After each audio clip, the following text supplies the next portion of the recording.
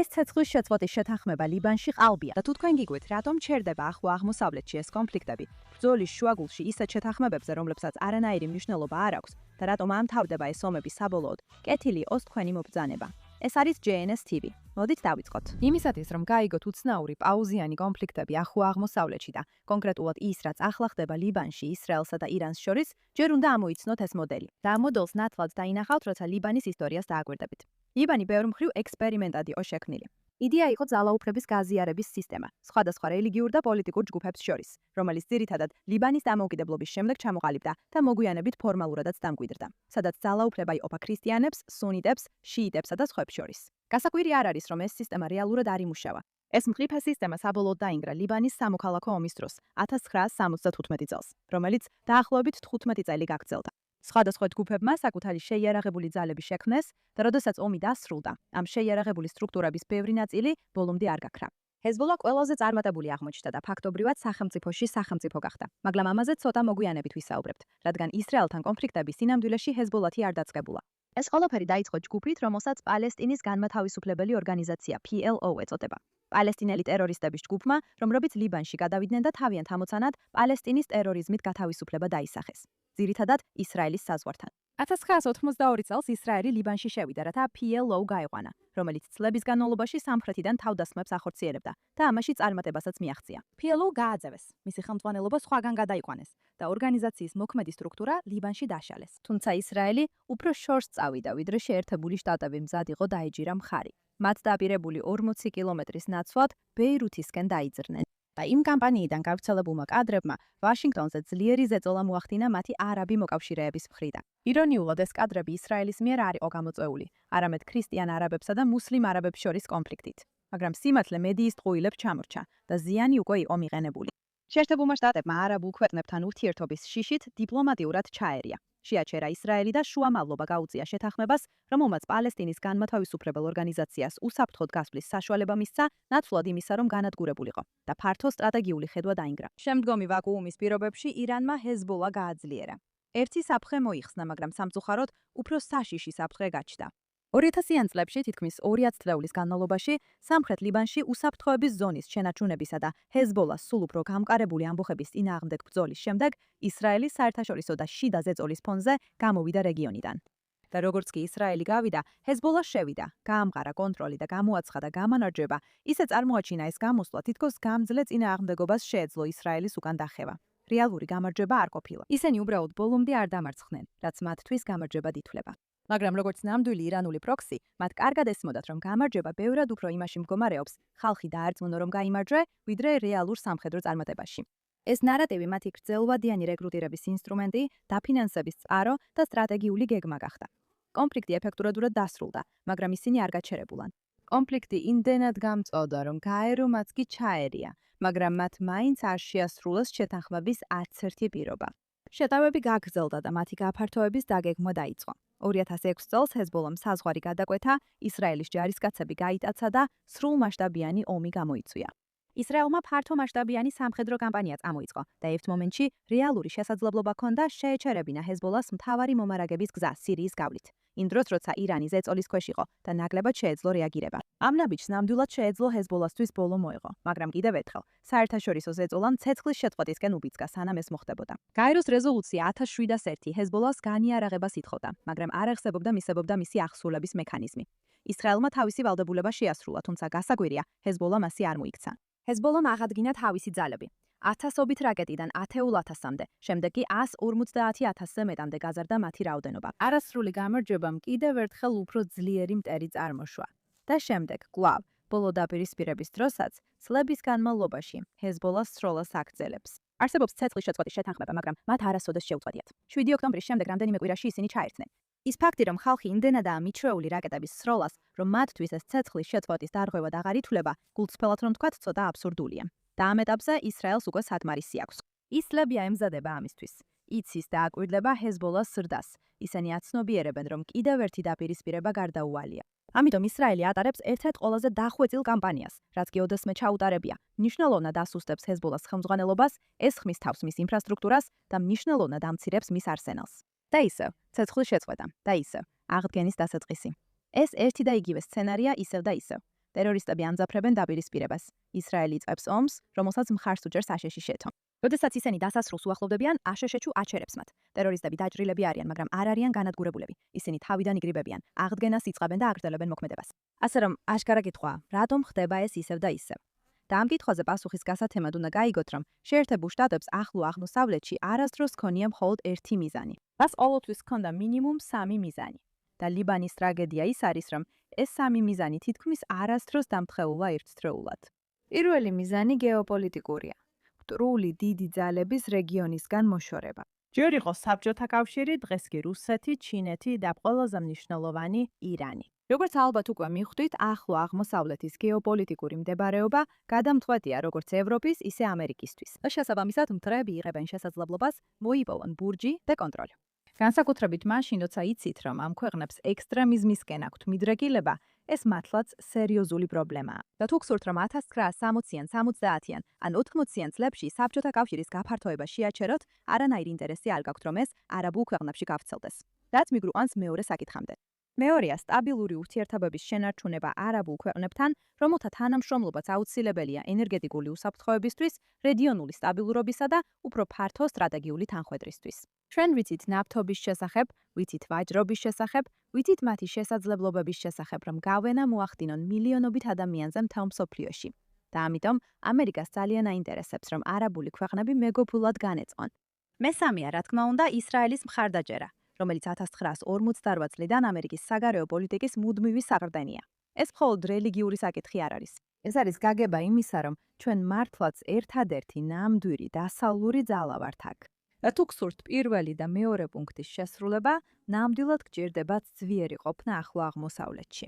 მაგრამ რეალური პრობლემა აქ ისაა, რომ მეორე ინტერესი, არაბულ მოკავშირეებთან ურთიერთობის შენარჩუნება, არაერთხელ პირდაპირ კონფლიქტში მოდის პირველთან, ანუ ისრაელის სამხედრო მიზნების სრულ მხარდაჭერასთან. და როდესაც ეს კონფლიქტი ჩნდება, შეერთებული შტატები ხშირად ირჩევს ისრაელის ქმედებების შეზღუდვას. ეს არ ხდება იმიტომ, რომ სურს ისრაელი დამარცხდეს და ისრაელი რეალურად არასდროს მარცხდება. ხდება არამედ იმიტომ, რომ მას არ შეუძლია დანარჩენი ყველაფერი დაკარგოს. და ეს პრაქტიკაში ნიშნავს ძალიან კონკრეტულ მოდელს. ისრაელმა უნდა გადადგას ნაბიჯები საფრთხის აღმოსაფხრელად. ის გარკვეულწილად მიაღწევს სამხედრო წარმატებას, იმდენად რომ უზრუნველყოს თავისი გრძელვადიანი სტაბილურობა. და შემდეგ, სანამ ეს წარმატება შეიძლება გაიცლება ხდეს მუდმივი, ოპერაცია შეჩერდება, რის შედეგადაც დარჩება ვაკუუმი. და ლიბანში, მთლიანად ახლო აღმოსავლეთში, ვაკუუმი ცარიელი არ რჩება, ისინი ივსება. და რაც ამ ვაკუუმებს არაერთხელ ავსებდა, არის ირანის პროქსი, ჯგუფები როგორიცაა ჰეზბოლა. ეხლა მე რამდენჯერმე ვახსენე ჰეზბოლა, მაგრამ ვინ არიან ისინი? პირველ რიგში განსხვავებით იმისგან, რასაც ბევრი ფიქრობს, ისინი სინამდვილეში არ შექმნილან ისრაელის 1982 წლის შეჭრაზე პასუხად. ეს ირანის ახალი ტაქტიკაა, რომელსაც ის ხშირად იყენებს. ისინი უყურებენ ისტორიის შედეგებს და შემდეგ ამ შედეგებს წარმოაჩენენ, თითქოს ეს იყო მათი ქმედებების განზრახვა. ჰეზბოლას შექმნის გადაწყვეტილება თეირანში 1979 წელს მიიღეს, ირანის რევოლუციის შემდეგ, რათა ისრაელის გარშემო ცეცხლის რგოლი შეექმნათ და განსაკუთრებით ლიბანში, მისი წარმოუდგენელი სტრატეგიული მდებარეობის გამო. 1991 წლისთვის ირანელი აგენტები უკვე ლიბანში იყვნენ და ჰეზბოლას აშენებდნენ. დროთა განმავლობაში ჰეზბოლა უნიკალურად რთული მოწინააღმდეგე გახდა, რადგან ის ერთდროულად 4 იქცა. პირველ რიგში ეს არის ძლიერ შეიარაღებული სამხედრო ძალა, რეგიონში ყველაზე დიდი არასახელმწიფოებრივი სამხედრო ძალა, რომელიც ნატოს წევრი ქვეყნების არმიებზე დიდიც კი არის. მეორე, ეს არის პოლიტიკური მოთამაშე, რომელიც ლიბანის სისტემებშია ინტეგრირებული. მათ რეალურად ირჩევენ და აკონტროლებენ სკოლებსა და ინფრასტრუქტურას. მესამე, ეს არის გლობალური ფინანსური და კრიმინალური ქსელი. ისინი ახლო აღმოსავლეთში ყველაზე დიდი ნარკოკარტელია. და მეოთხე, ისინი ირანის მთავარი სტრატეგიული აქტივია ისრაელის საზღვარზე, რაც უფრო ღრმა პრობლემამდე მივყავართ. ჰეზბოლა იზოლირებული ტერორისტული აქტორი არ არის. ეს ირანის ძალაუფლების პროექცია, დაფინანსებული, შეიარაღებული და მხარდაჭერილი ირანის მიერ, როგორც უფრო ფართო სტრატეგიის ნაწილი, რათა ძალა გამოავლინოს უშუალო დაპირისპირების გარეშე. ეხლა უკვე შეგრჩევია ირანის ბალისტიკური რაკეტების გაშვება, მაგრამ 2 წლის წინ ეს აბსოლუტურად დაუშვებელი იყო. სინამდვილეში ბევრს ეგონა, რომ ჰეზბოლა შესაძლოა ირანთან საერთოდ არ ყოფილიყო დაკავშირებული. მათთვის პირდაპირი კავშირი ნათელი არ იყო. ეხლა კი ეს ყველასთვის აშკარაა, რადგან ირანს პირდაპირ დაუპირისპირდნენ. მაგრამ ირანი ყველანაირად ცდილობდა თავი ისე დაეჯირა, თითქოს ძალიან უდარდელი პარტნიორი იყო და პირდაპირ არ მონაწილეობდა.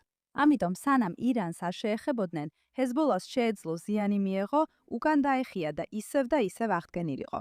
ზუსტად ასე იქცეოდა ის, აქამდე. რადგან პირველად ის ძირითადი პირობები, რომლებსაც ისინი შეეჩვივნენ, იცვლება. ეხლა შეერთებული შტატები და ისრაელი აღარ შემოიფარგლებიან მხოლოდ პროქსების 80%-ით შეკავებით. ისინი პირდაპირ ირანს ესხმიან თავს. არ ღვევენ იმ სტრუქტურებს, რომლებმაც მთელი ეს დრო ჰეზბოლას არსებობა უზრუნველყო. პროქსებთან ბრძოლა წლების განმავლობაში ფატალური შეცდომა იყო, რადგან თუ თავს მოაჯრი, სხეულიც კვდება. სანამ ირანს არ შეეხებოდნენ, ჰეზბოლას წინააღმდეგ შანსი არ არსებობდა. გარდა ამისა, ის ძირითადი არაბული სახელმწიფოები, რომლებიც ჩვეულებრივ ეწინააღმდეგებიან იმას, რომ ისრაელი რაიმე ფორმით ჩაერიოს არაბულ სახელმწიფოებში, განსაკუთრებით პალესტინურ საკითხში. ტერორისტული ორგანიზაციები აღარ მოქმედებენ იმავე შემაკავებელი ძალით. არამედ რეალურად დაინტერესებულნი არიან ირანის გავლენის შეზღუდვით. ისინი ისრაელით უკმაყოფილონი არიან და საჯაროდ, რა თქმა უნდა, მათ გმობენ. მაგრამ ჩუმად, სწორედ ამას ელოდნენ ისინი დიდი ხნის განმავლობაში, რომ ისრაელი მოაგვარებდა ირანის პრობლემას. მაგრამ ალბათ ყველაზე მნიშვნელოვანი ის არის, რომ ცვლილება ლიბანშიც მოხდა. ის, რასაც ბევრი ვერ ამჩნევს, არის ის, რომ ლიბანელებს ჰეზბოლა არ უყვართ, მაგრამ მათ რეალურად არ ჰქონდათ შესაძლებლობა წინააღმდეგობა გაეწიათ. საოცარია, რომ როცა ამ კონფლიქტებზე ვსაუბრობთ, ყოველთვის უფრო მაღალ დონეზე მიღებულ გადაწყვეტილებებზე ვსაუბრობთ, მაგრამ ხშირად გვავიწყდება ის ადამიანები, რომლებიც რეალურად განიცდიან ამ ყველაფრის შედეგებს. ლიბანელი ხალხი და ის, რაც მათ სურთ. და მიუხედავად იმისა, რომ ისინი დაყოფილები არიან, რადგან როგორც უკვე ვთქვით, იქ არიან ქრისტიანი არაბები, შიიტი არაბები, სუნიტები და კიდევ უამრავი განსხვავებული ადამიანი, ძალიან ბევრი ადამიანი უკმაყოფილოა იმით, რაც ხდება ჰეზბოლასთან დაკავშირებით. მათ ჩაუნერგეს რწმენა, რომ ჰეზბოლა იქ ისრაელის გამოა, მაგრამ ეს სიმართლე არ არის. ეს უბრალოდ ის საბაბია, რის გამოც ჰეზბოლა არსებობს. ისინი იქ არიან იმისთვის, რომ ირანმა ლიბანი აკონტროლოს, ქვეყანა სრულ ქაოსში ამყოფოს და შეძლოს მისი გამოყენება ზღვაზე გასასვლელად. როცა გესმით, რომ ისრაელი ლიბანს ებრძვის, ეს არასწორია. ისრაელი ებრძვის ჰეზბოლას, რომელიც ლიბანშია ჩაბუდებული. ისრაელი დიდი ხანია მოითხოვს, რომ ლიბანმა აიღოს პასუხისმგებლობა და დაშალოს ჰეზბოლა, მაგრამ მთავრობებს ეს ან არ შეუძლიათ, ან არ სურთ. ეხლა ლიბანის ახალმა მთავრობამ გამოავლინა პოლიტიკური ნება, რომ დაიცვას სუვერენიტეტი, რაც წინა 10 წლეულებში არ არსებობდა.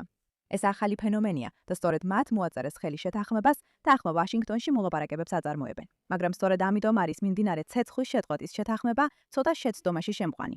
ნახეთ, ქაღალდზე პირობები ნათელია. ჰეზბოლა უნდა გავიდეს სამხრეთიდან. ლიბანის არმიამ უნდა აიღოს კონტროლი, ხოლო მთავრობამ უნდა უზრუნველყოს თავისი სუვერენიტეტის დაცვა. მაგრამ ეს აქამდე არასდროს უმუშავია. და რაც მთავარია, ეს შეთანხმება ჰეზბოლასთან არ არის, რომელიც ფაქტობრივად შეიძლება უგულებელყოს იგი. ეს ლიბანთან არის, რაც მას განსაკუთრებით ეფექტურს არხდის. გახსოვდეთ, ჰეზბოლა ლიბანში სახელმწიფოა სახელმწიფოში. ის ლიბანის მთავრობისგან განსხვავებული სუბიექტია. ჰეზბოლამ განაცხადა, რომ ისინი ამ შეთანხმებით დაინტერესებულნი არ არიან და სხვათა შორის წარსულში ცეცხლის შეწყვეტის შეთანხმებები პირდაპირ ჰეზბოლასთან იდებოდა. ეხლა ნასრალას ლიკვიდაციის, ბიბერის ოპერაციისა და ირანის მკაცრი მითითებების შემდეგ ისინი არ თანხმდებიან, რის გამოც ისრაელი სრულად არ იხევს უკან. ის ინარჩუნებს პოზიციებს და მკაფიოდ აცხადებს, რომ არ დაუშვებს კიდევ ერთ აღდგენით ციკლს. თუნდაც ეს ნიშნავდეს მცირე დაპირისპირებას შეერთებულ შტატებთან. მაშ, რატომ ახორციელებენ ისინი ახლა ცეცხლის შეწყვეტას, როცა ისრაელს ეს არ სურს? ლიბანელებსაც განსაკუთრებით არ სურთ ეს, რადგან მათთვის სასარგებლოა, როცა ისრაელი ჰეზბოლას ნაწილს ამარცხებს და ჰეზბოლასაც ნამდვილად არ აქვს ინტერესი, რომ დაეთანხმოს ამას. ეს კი ისევ გვაბრუნებს იმ ამერიკულ ინტერესებთან, რომელზეც ადრე ვისაუბრეთ. ამის გასაგებად კი კიდევ ერთი საფეხურით უნდა გავზარდოთ მასშტაბი და ირანთან ომს შევხედოთ. ყველამ ვიცით, რომ ჰეზბოლა ირანის ყველაზე მნიშვნელოვანი პროქსია. მისი მოწინავე პოზიცია ისრაელის წინააღმდეგ ნიშნავს, რომ ჰეზბოლას დასუსტება პირდაპირი დარტყმა ირანის რეგიონულ სტრატეგიაზე. და რადგან ირანი აქტიურად აწარმოებს მოლაპარაკებებს აშშ-სთან, ეს მათთვის სრულიად მიუღებელია, უდნევადაც არა. როდესაც ირანთან შეთანხმება გაფორმდა, როგორც აშშ-მ, ისე ისრაელმა მკაფიოდ განაცხადეს, რომ ჰეზბოლა ამ შეთანხმებაში არ იქნებოდა ჩართული. მაგრამ ირანმა სწრაფად გააცნობიერა, რომ ეს იდეალური სფეროა მათთვის, სადაც შეუძლიათ აქტიურად იმოქმედონ, რაც მათთვის სტრატეგიულადაც მომგებიანია და ამავდროულად განხეთქილებას აჩენს ისრაელსა და აშშ-ს შორის, რაც მათ ძალიან აინტერესებთ. ირანის თვალსაზრისით, თუ ირანთან ბრძოლა შეწყდება, მაგრამ ლიბანში გაგრძელდება, მაშინ ირანი კარგავს თავის ყველაზე მნიშვნელოვან აქტივს, ისე რომ პირდაპირ ვერ პასუხობს. 40 წლის განმავლობაში ირანი აშენებდა ჰეზბოლას როგორც შემაკავებელ ძალას, როგორც ერთგვარ სადაზღვევო მექანიზმად, რომელიც შეიძლებოდა ისრაელის წინააღმდეგ გამოეყენებინა. და ეს სტრატეგია მუშაობდა. მაგრამ ის დამოკიდებული იყო სტაბილურ მომარაგების ხაზებზე, დაცულ ლიდერობაზე და სუსტ ლიბანურ სახელმწიფოზე. ახლა ეს სამი პირობა ზეწოლის ქვეშაა. აშშ-ს სურს, რომ ირანი შეთანხმებას იყოს მყარად მიმული. და ეს არ ემთხვევა იმას, რაც ახლა ისრაელს სჭირდება, ჩვენი საზღვრის უსაფრთხოებას. ირანმა ეს ჩაახშო. ისინი ამას კარგად ხვდებიან, ამიტომაც აძლიერებენ თავიანთ მოთხოვნებს ჰეზბოლას მიმართ. ეხლა ამერიკისთვის ჰეზბოლა მთელ მსოფლიოში ყველაზე დიდი პრობლემა არ არის, მაგრამ ირანთან შეთანხმება კი არის და ისინი მზად არიან ამის გულისთვის. ესეც დათმან, თუნდაც ეს ისრაელისთვის ძალიან ცუდი იყოს. კიდევ ერთხელ ხედავთ ამავე ნიმუშს. ამჯერად ზეტოლას არ ახდენენ არაბული ქვეყნები, არამედ საქმე ეხება ირანსა და ამერიკის ინტერესებს იქ. ასე რომ ცეცხლის შეწყვეტა გამოცხადდა. თანაც ტრამპის საინტერესო Truth Social-ის პოსტებით, მაგრამ ნეთანიაჰუმ მკაფიოდ განაცხადა, რომ ისრაელის ინტერესები დაცული იქნება. და მინდა გულწრფელად გესაუბროთ იმ განსხვავებაზე, სადაც ახლა ვართ და სადაც უნდა ვიყოთ. რადგანაც ვფიქრობ, რომ ამ საკითხის გულწრფელი განხილვა უფრო იმედისმომცემია, ვიდრე ისტორიული ცეცხლის შეწყვეტის აჟიტირებული გაშუქება, რომელიც შეიძლება არ შენარჩუნდეს. ცეცხლის შეწყვეტა 10 დღით გამოცხადდა და გავრცელებული ინფორმაციით ნეთანიაჰუ ტრამპის ზეწოლით დათანხმდა ამას, ვიდრე ისრაელი თავად ცდილობდა ამ პირობებზე შეთანხმებას. კიდევ ერთხელ ნეთანიაჰუ ამას საჯაროდ არ იტყოდა, მაგრამ თუ დააკვირდებით რა განწყობაა ისრაელში და როგორ გრძნობენ ადამიანები თავს ამასთან დაკავშირებით, საკმაოდ ნათელია, რომ ეს არ შეესაბამება ისრაელის დღის წესრიგს.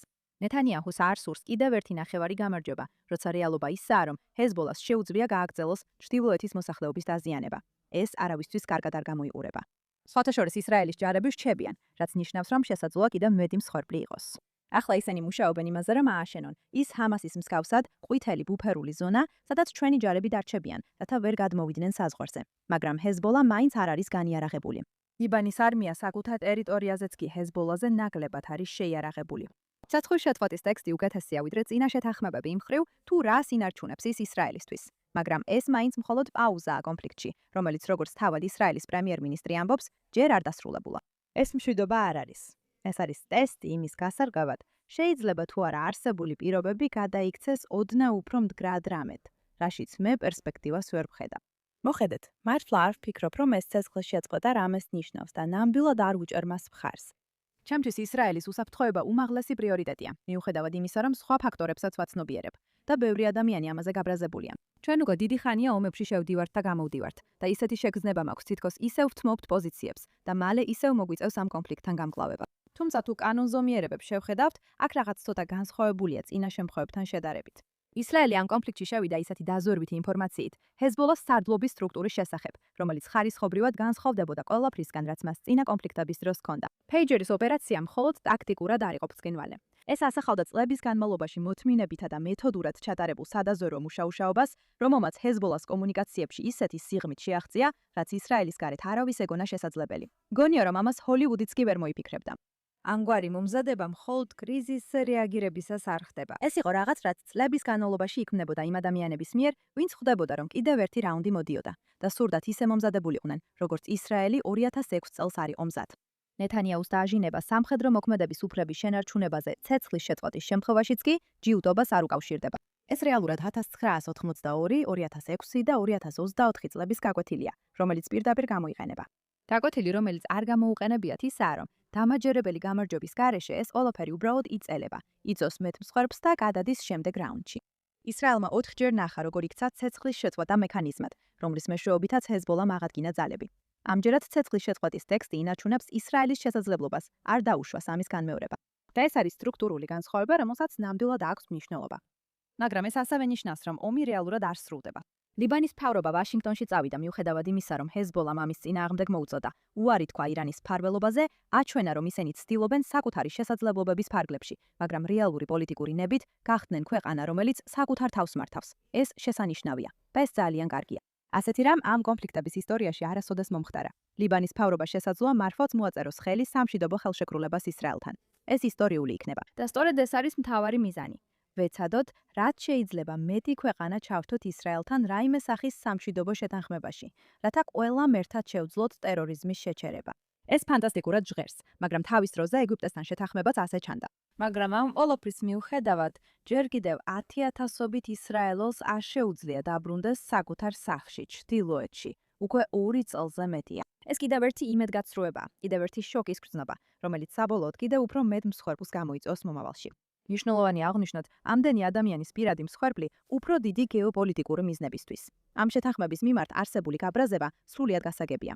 ისრაელი თავისი დაარსების დღიდან იბრძვის უსაფრთხო ჩრდილოეთ საზღვრისთვის. ამერიკის 80 წლიანი ჩართულობა ლიბანში ზოგჯერ სასარგებლო, ზოგჯერ კი ხელის შემშლელი, ყოველთვის რთული, მოგვიყვანა იმ მომენტამდე, როცა ამ პრობლემის რეალურად გადაჯრის სტრუქტურული პირობები რაღაც დონეზე თანხმედრაში მოდის. ჯერ კიდევ შორს ვართ საბოლოო შედეგისგან. ჯერ კიდევ ძალიან ბევრი რამ არის გასაკეთებელი.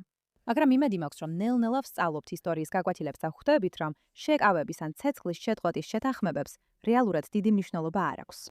ხედავ რა მოხდება შემდეგ, ჯერ კიდევ იწერება, მაგრამ ვფიქრობ, მნიშვნელოვანია, რომ სრულად გაიაზროთ ყველაფრის სრული სიმძიმე, რაც აქამდე მოსასვლელად აშენდა. როგორც ყოველთვის, ახლო აღმოსავლეთში თქვენ გიწევთ საქმე როგორც მცირე მიკროგეოპოლიტიკურ საკითხებთან, ასევე მაკრო პრობლემებთან, განსხვავებულ ინტერესებთან, განსხვავებულ საჭიროებებთან და სხვადასხვა ქვეყნებთან.